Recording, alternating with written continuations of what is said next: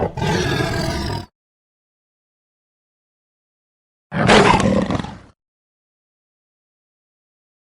घने जंगल में शेरों का एक परिवार रहता था। उसी परिवार में एक युवा शेर था जिसका नाम था शेरू।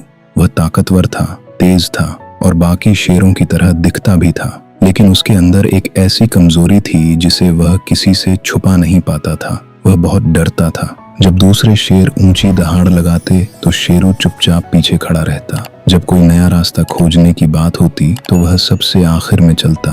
जंगल के जानवर उसका मजाक उड़ाते थे। एक दिन बंदर हंसते हुए बोला, अरे देखो, जंगल का सबसे डरपोक शेर आ गया। हिरण भी हंस पड़ा, इससे तो खरगोश ज्यादा बहादुर है। सभी जानवर हंसने लगे। शेरू कुछ नहीं बोला, वह चुपचाप वहां से चला गया।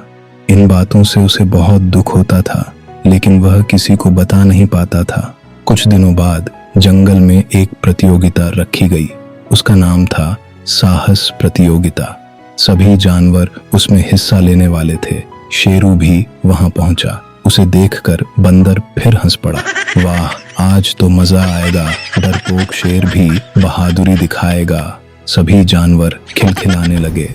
प्रतियोगिता की पहली चुनौती थी एक बड़े गिरे हुए पेड़ पर चलकर नदी पार करना। एक एक करके जानवर पार करने लगे। अब शेरू की बारी थी। वह धीरे धीरे आगे बढ़ा। उसने नदी की ओर देखा। उसका दिल तेजी से धड़कने लगा। उसके पैर कांपने लगे। कुछ कदम आगे बढ़ने के बाद वह रुक गया, फिर धीरे से पीछे लौट आया। सभी जानवर जोर जोर से हंसने लगे। हमें पहले से पता था ये कभी बहादुर नहीं बन सकता। शेरू की आंखें झुक गईं। उस रात वह अकेला नदी के किनारे बैठा था।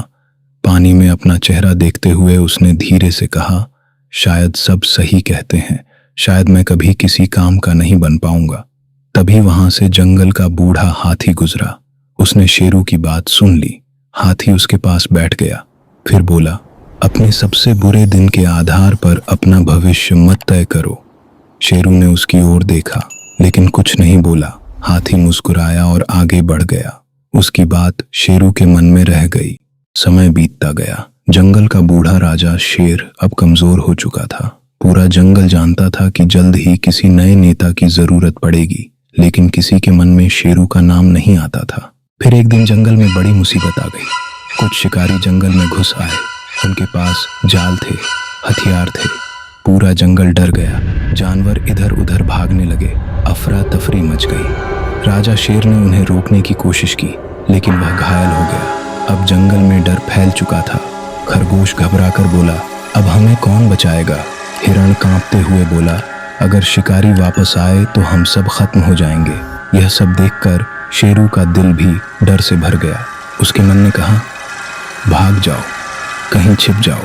वह पीछे मुड़ने ही वाला था, लेकिन तभी उसे बूढ़े हाथी की बात याद आई।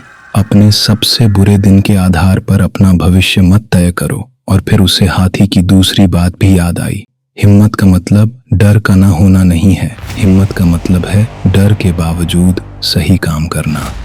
शेरू कुछ क्षणों तक चुप खड़ा रहा। फिर उसने गहरी सांस ली और पहली बार अपने डर से भागने की बजाय उसका सामना करने का फैसला किया। वह जंगल के बीच पहुंचा और जोर से बोला, सब मेरी बात सुनो। जानवर रुक गए। उन्होंने पहली बार शेरू की आवाज में आत्मविश्वास महसूस किया। शेरू बोला, अगर हम सब मिलकर काम करें तो शिकारियों को रोक सकते हैं। बंदर पेड़ों पर चढ़ गए और दूर दूर तक नजर रखने लगे। हाथी रास्तों को रोकने के लिए खड़े हो गए। हिरण जंगल के अलग अलग हिस्सों में खबर पहुंचाने लगे। खरगोश सुरक्षित रास्तों की जानकारी देने लगे। धीरे धीरे पूरा जंगल एक टीम बन गया। शिकारियों ने ऐसा कभी नहीं सोचा था।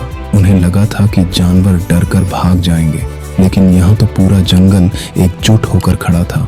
उनकी योजना बिगड़ गई। कुछ ही समय में उन्हें जंगल छोड़कर भागना पड़ा। जंगल सुरक्षित था। सभी जानवर खुशी से झूम उठे। राजा शेर ने शेरू को अपने पास बुलाया। वह बोला, आज तुमने साबित कर दिया कि असली ताकत शरीर में नहीं, हिम्मत में होती है। बंदर शर्मिंदा होकर बोला, हमने तुम्हें गलत समझा था। हिरण ने सिर झुकाकर कहा, आज तुमने हम सब की जान बचाई है। सभी जानवरों ने जोरदार तालियां बजाईं। कुछ दिनों बाद पूरे जंगल ने मिलकर शेरू को अपना नया राजा चुन लिया। लेकिन सबसे बड़ी जीत उसकी ताज नहीं थी। सबसे बड़ी जीत यह थी कि उसने अपने डर पर जीत हासिल कर ली थी। एक दिन एक छोटा शेर उसके पास आया। उसने पूछा, महाराज, क्या आपको अब कभी डर नहीं लगता? शेरू मुस्कुराया, फिर बोला, लगता है, आज भी लगता है। छोटा शेर हैरान रह गया। शेरू आगे बोला, फर्क सिर्फ इतना है कि पहले डर मुझे रोक देता था, अब डर मेरे साथ चलता है, लेकिन फैसला मैं करता हूँ। Narrator ending. दोस्तों, जिंदगी में बहादुर वही नहीं होता जिसे डर नहीं लगता। असली बहादुर वह होता है जो डर के बावजूद आगे बढ़ता है, क्योंकि कभी कभी राजा बनने के लिए सबसे पहले अपने डर को हराना पड़ता है।